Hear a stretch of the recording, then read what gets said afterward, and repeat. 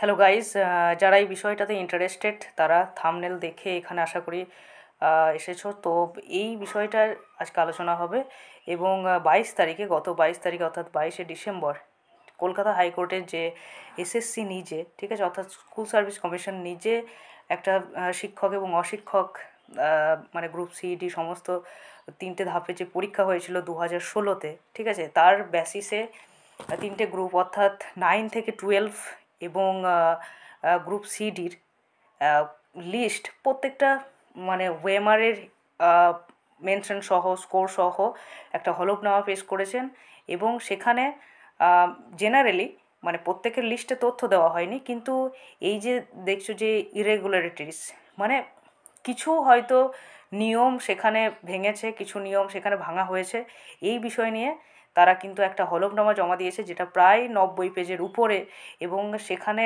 8,611 জনের এমপ্লয়িজ, 8,611 জন যারা 9 থেকে 12-এর টিচার, 9, 10, 11, 12-এর প্লাস ক্লার্ক পোস্টের, তাদের যে দুর্নীতি হয়েছে সেগুলোর তথ্য দিয়েছে। আমি এই ভিডিওর মাধ্যমে কিন্তু সে কতজনের কোন বিভাগ থেকে কতজনের এবং কিছু কিছু জনের হয়তো পরীক্ষাও দেয়নি, রেকমেন্ডেশনের থ্রুতে হয়েছে, সেগুলোরও মোটামুটি যে কতজন পার্টিকুলার কার কার নাম মেনশন সেখানে নেই তথ্যটাতে।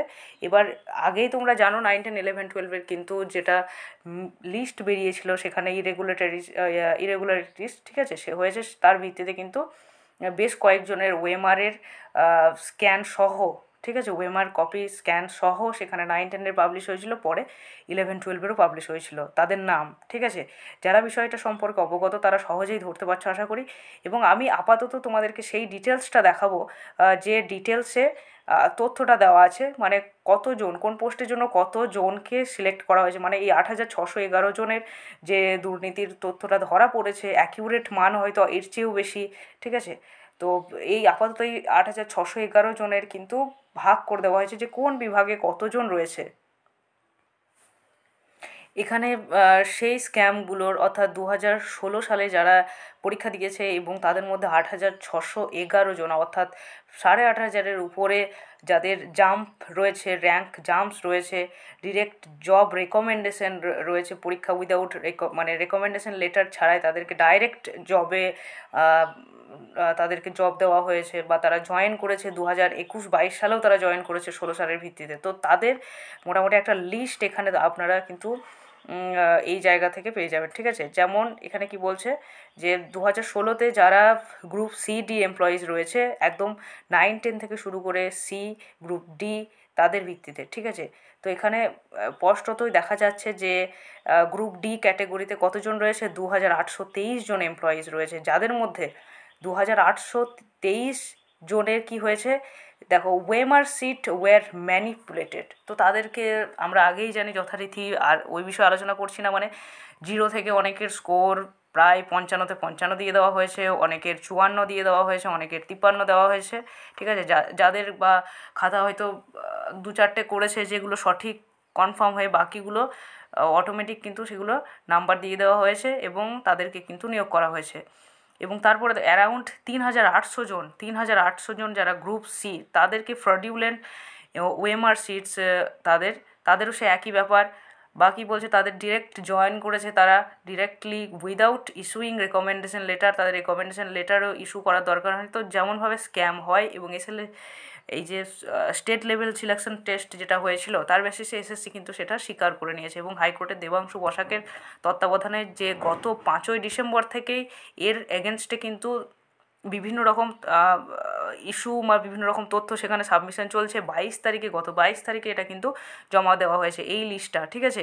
এবং আপাতত যেটা আপডেট সেটা হলো এই যে প্রত্যেকের মানে 8,611 জন মতো, তার উপরেও যে এসএসসির সঙ্গেই ডাইরেক্ট তত্ত্বাবধান চলছে যে এগুলোকে তাহলে ম্যানিপুলেটেড হয়েছে কেন, আপাতত সেটা তাদেরকে জানাতে হয়েছে বা তারা এই নিয়ে সিবিআই তদন্ত, ঠিক আছে, সেটা তো হবেই এবং তাদের নিজস্বভাবে এসএসসির চেয়ারম্যানকে এটা জানাতে হবে যে স্ক্যামটা হয়েছে কেন, তারপরে তো এদের তদন্ত সেটা আলাদা ব্যাপার।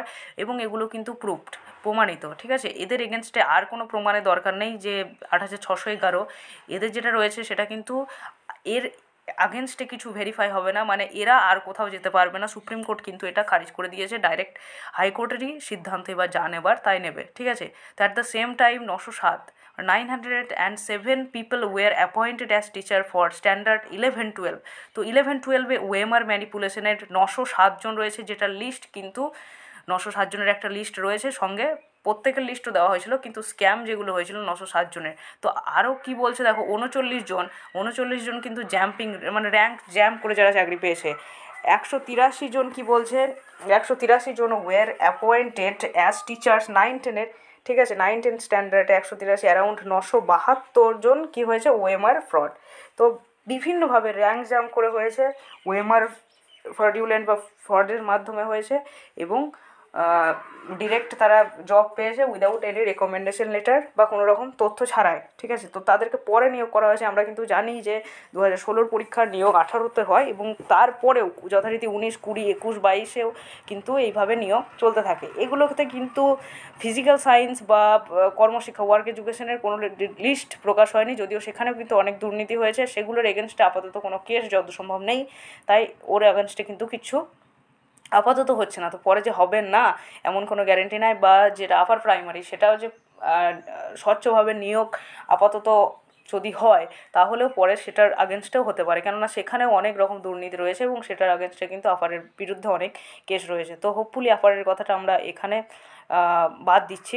আমরা আপাতত এটাই বলছি যে এর যে স্ক্যামটা হয়েছে সেটার মানে জেনারেলি তদন্তটা তাড়াতাড়ি হয়ে যাক, এবং যাকে ছাঁটাই করার দরকার তাকে ছাঁটাই করুক। নতুনভাবে যারা ধর্মঘট আন্দোলন করছে, যারা মেরিট লিস্টে রয়েছে, যাদের কাউন্সিলিং হয়েও যারা চাকরি পায়নি, যেমন ওয়ার্ক এডুকেশন, ফিজিক্যাল এডুকেশন, তারা যেন জয়েন হয়ে যায়। 9, 10, 11, 12-এর ক্ষেত্রে, 9, 10-এর ক্ষেত্রে অনেকেই কিন্তু ওয়ার্ক এডুকেশন এবং মানে শারীরিক শিক্ষা কর্মশিক্ষাতে ফিজিক্যাল এডুকেশনে কিন্তু কাউন্সিলিং হওয়ার পরেও তাদেরকে বাদ দেওয়া হয়েছে, ঠিক আছে।